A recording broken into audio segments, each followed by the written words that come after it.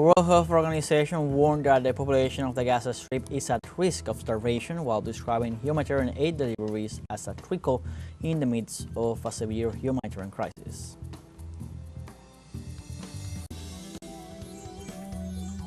Colombia hosts the 10th Summit of Heads of States and Government of the Association of Caribbean States, held in the city of Monteria on the occasion of the association's 30th anniversary.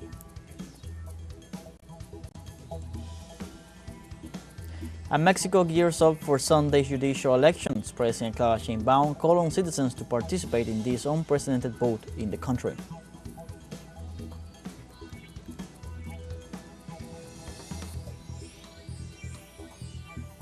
Hello, welcome from the South. I'm Luis Alberto Matos from the teleSUR studios in Havana, Cuba. We begin with the news. Stay with us.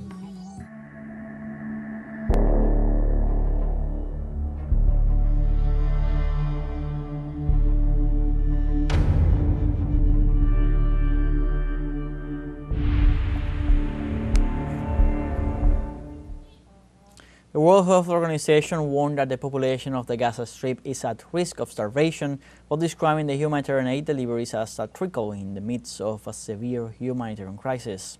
According to the agency, thousands of people line up every day to receive a little food, while the Israeli regime aggravates the situation with constant armed attacks and bombings. UN spokesman also explained that aid operations that are ready to begin are being obstructed by the Israeli army in cooperation with the U.S. Armed Forces. In this sense, Michael Fakhri, UN Special Rapporteur on the right to food, affirmed that Israel is using humanitarian aid as bait to round out people in order to drive them into militarized zones.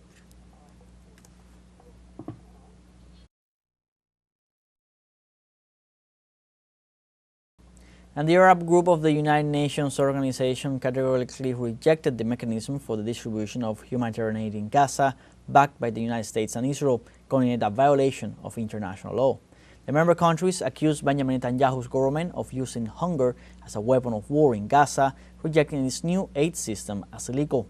The group took the opportunity to insist on putting an end to the aggression against the Palestinian people by lifting all restrictions on humanitarian aid in the territory. In this regard, the envoy of the United Arab Emirates to the UN, Mohammed Abu Shabab, declared that the Security Council cannot stand idly by while hunger is used as a weapon of war.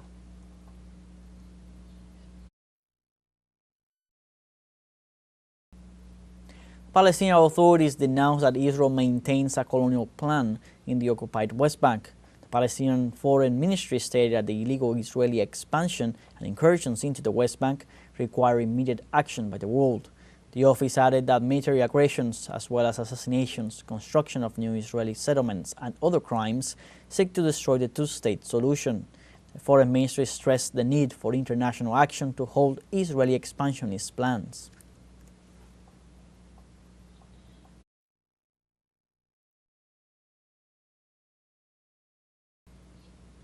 And a study revealed the environmental impact caused by greenhouse gas emissions caused during the Israeli aggression against Palestine. According to the New York-based Social Science Research Network, the long-term climate damage due to the destruction of Gaza, the removal of rubble, and the reconstruction program would be equivalent to 31 million tons of carbon dioxide. More than 20% of this figure has been caused by the Zionist army's bombing and use of its military vehicles alone, while another 30% comes from more than 50,000 tons of weapons and military supplies sent to Israel by the United States.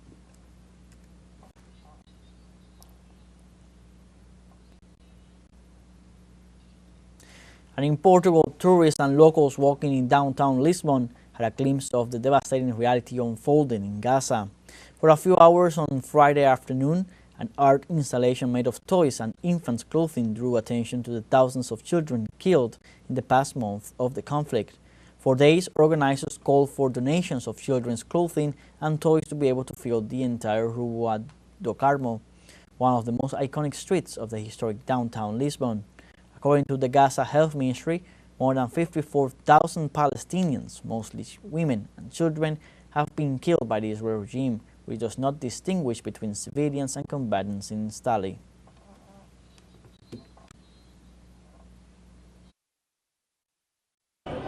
I think people feel increasingly the need to do something.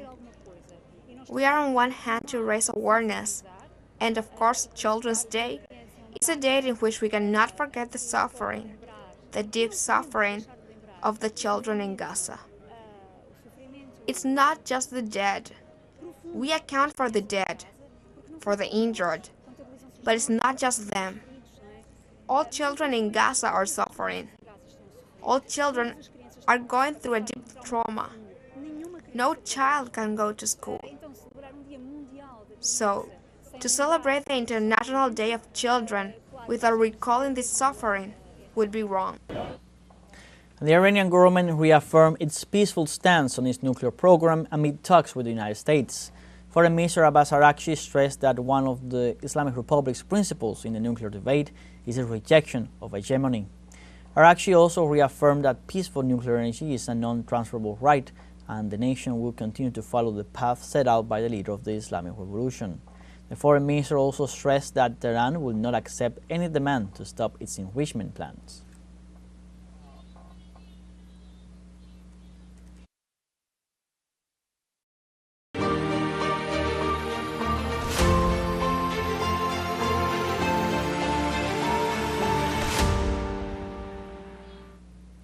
In Russia, Ukrainian drones attacked residential areas in Kursk Oblast. Local authorities reported that the Hilsk region, 2 residential buildings were set on fire as a result of the attack, while the village of Artakovo, 2 other buildings were set on fire as a result of the Ukrainian aggression.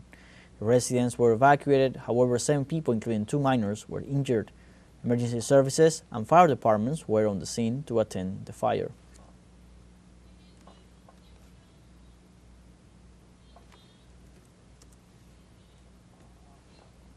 Also in Russia, naval exercises began in the Baltic Sea, simulating clashes with potential enemy forces. Russian vessels fire artillery rounds and use automatic weapon systems in order to destroy floating naval mines. Also, as part of the exercises, a diesel submarine launched a torpedo against the surface ship target of a potential enemy. In addition, a specialized sabotage counter-forces detachment surveyed the waters adjacent to the bases and practiced preemptive anti-sabotage grenade launches.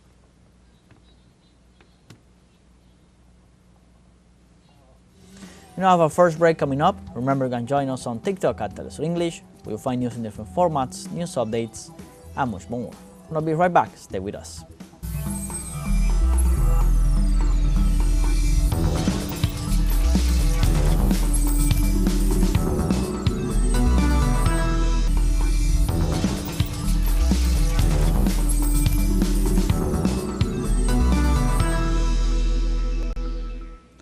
Welcome back. Colombia hosts the 10th Summit of Heads of States and Government of the Association of Caribbean States, held in the city of Monteria on the occasion of the association's 30th anniversary. The high-level session examined the role of the Global South and the region's potential to strengthen South-South cooperation, diversify its economies, and broaden access to development financing. The topics discussed included economic integration, regional connectivity, inclusive digital transformation, climate justice, protection of the Caribbean Sea, and the blue economy. President of Colombia, Gustavo Petro, handed over to his counterpart from Panama, José Raúl Molino, the pro tempore presidency of the association for the period 2025-2026.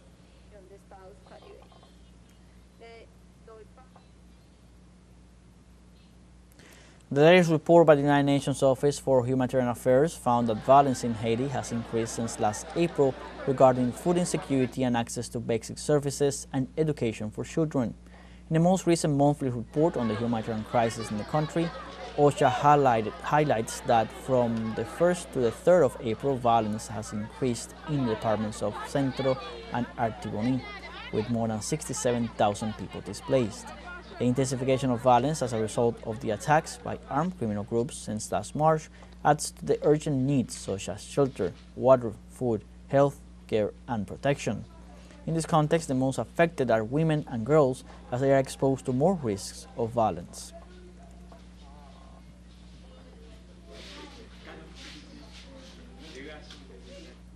In other news, U.S. President Donald Trump escalates trade war and announces new tariffs on steel and aluminum. The U.S. President announced that the new taxes will increase from 25% to 50% and will take effect on June 4th. Trump assured that the doubling of the tariffs seeks to strengthen U.S. control over the steel sector despite the participation of foreign capital.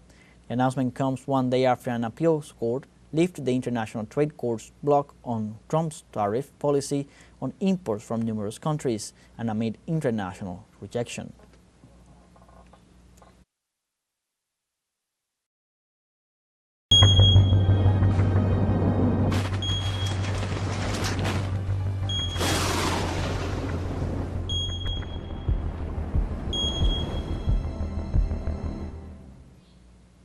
Heavy rains in Nigeria have left at least 151 people dead and some 20 missing in the west of the country.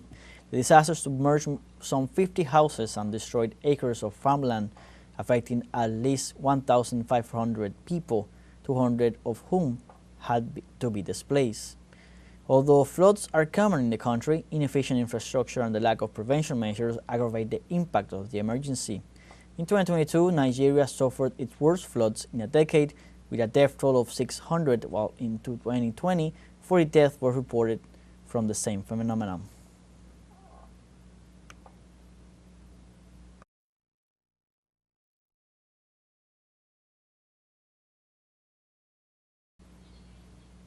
According to the United Kingdom Environment Agency, reservoir storage levels in the northwest are currently lower than they were during previous drought years despite recent downpours.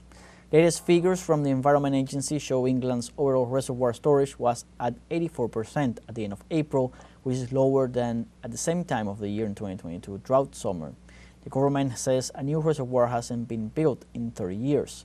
Water Minister Emma Hardy warned that if they don't build new reservoirs, they are not going to have the water they require by the mid-2030s.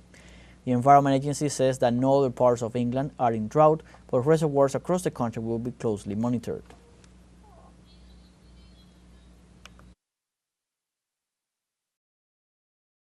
If we're at drought at the end of May, what we're going to do June, July, August. Now, we had a moor fire only about a month ago up here that they were actually collecting water from the reservoirs for, using helicopters. Now, if those reservoirs are empty, there is no way to control the moor fires. If we don't have and we don't build these reservoirs, we are not going to have all of the water that we require by the mid-2030s. And what that looks like for customers is rationing similar to what we see in the Mediterranean. We have our second break coming up. We invite you first to visit our Facebook page at teleSUR English. There you'll be able to watch our top stories, special live coverage, and much more. Follow our page and activate the notification button to stay up to date on the world's most recent events. Final break, and I'll be right back with more.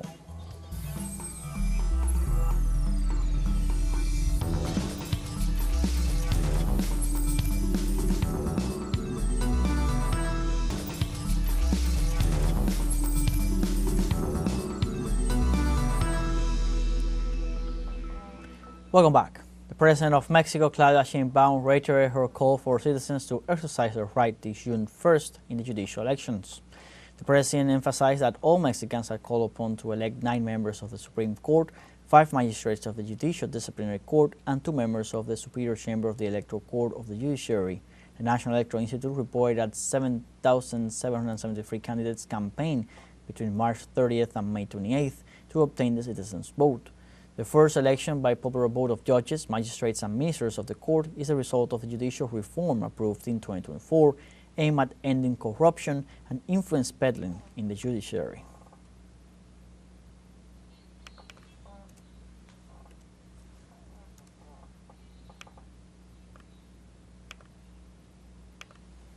And Nicaragua made progress in public health systems during the 18 years of Sandinista rule.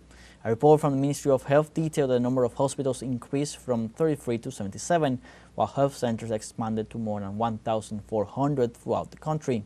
The report also revealed that in 2025, there were 178 maternity homes compared to 20 in 2007.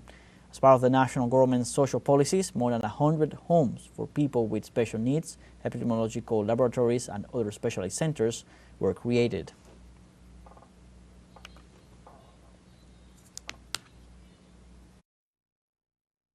And in El Salvador, Alejandro Enriquez and community leader Jose Angel Perez will continue detained for 6 months after a peace court decreed provincial detention for both. Enriquez and Perez faced the initial hearing of the criminal process for the crimes of public disorder and resistance. After the end of the hearing, lawyer Jaime Ortega confirmed that the judge decreed 6 months of provisional detention and the case passed to the pre-trial stage.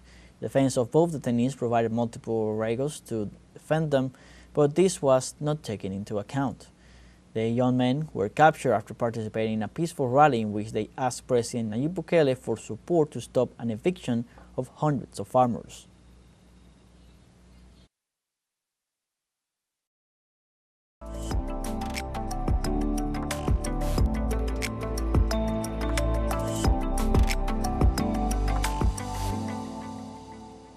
On Saturday, May 31st, Caracas will once again be the scene of the Viva Fest India and You, which will share the tradition of the Asian country with Venezuela. All throughout the day, Indian culture and art will delight visitors in a free encounter where an exchange of ancestral knowledge and traditions between the two countries will be offered. Within the program of activities available, the public will be able to enjoy exhibitions of handicraft and typical costumes, vegetarian gastronomy, yoga classes, meditation, dances, and mandala workshops. The event also seeks to bring the people of Caraqueños closer to the rich essence and spirituality of India.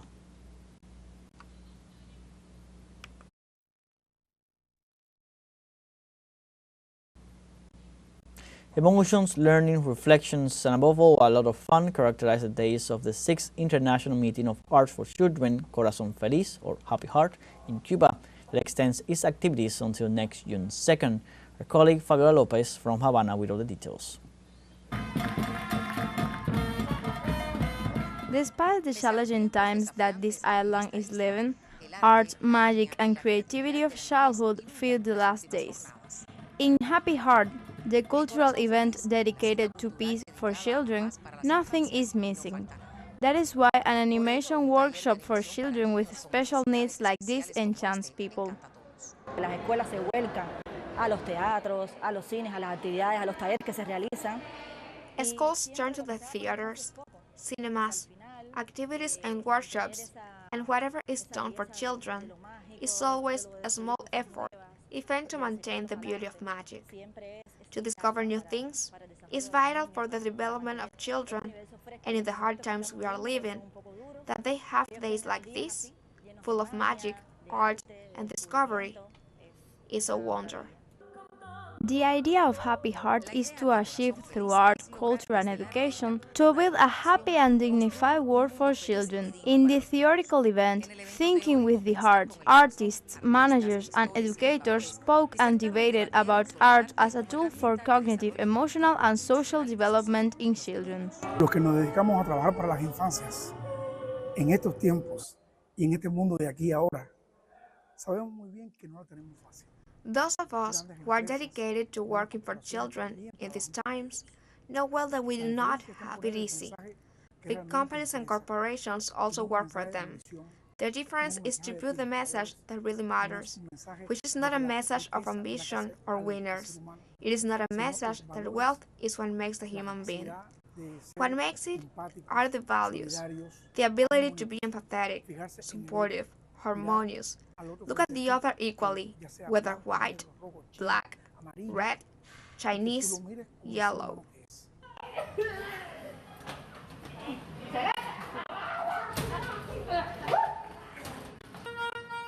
We want people who think that the world still has salvation, said to this reporter the puppeteer Rubén Darío Salazar.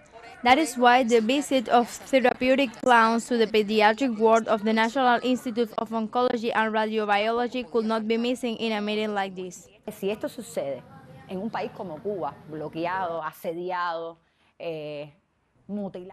If this happens in a country like Cuba, blockaded, besieged, mutilated, totally violated, it is the certainty that Cubans have a lot of tools and mechanisms to go on, get ahead, reinvent themselves, and be happy. El espacio interactivo El Árbol de la Vida, dedicado a la cantora infantil Teresita. The interactive space, The Tree of Life, dedicated to the children's singer Teresita Fernandez, the paper theater workshop taught by the Argentinian-Spanish creator Ana Laura Barros, and the music of the Venezuelan group Comunicalle are just some of the many activities for children at Overflow Havana these days. No better scenario for the protagonists of the festival to send this message to the children of the world.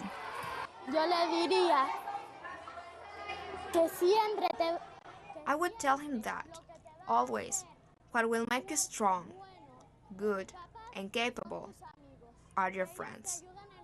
They will help you when you need them. They have helped me a lot, and I have helped them. Cantarle a la paz, a la vida, a la inclusión. Singing to peace, life, inclusion, love and care for nature is also the purpose of the festival, which children's singers leaders Lamoureux takes advantage of while singing exclusively to teleSUR. Porque tenemos el corazón feliz, feliz, feliz. Fabiola López, teleSUR, La Habana. China celebrates the Dragon Boat Festival and declared a 3-day nationwide holiday. The festival is one of the oldest Chinese traditions in commemorating the poet and minister Ku Yuan. Nowadays, numerous boats are decorated as dragons, competing in teams to the rhythm of drums, symbolizing the Ku Yuan's rescue attempt, who drowned in the Milwo River. The festival is also linked to ancient rituals to bring rain and a good harvest. In this context, the Transport Ministry reported that a peak of about 38 million trips is foreseen during the holiday.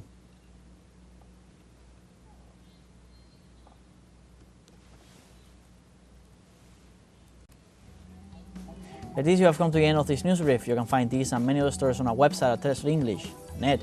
Join us on social media, Facebook, X, Instagram, Telegram, and TikTok. With teleSUR English, I'm Luis Alberto Matos. Thanks for watching.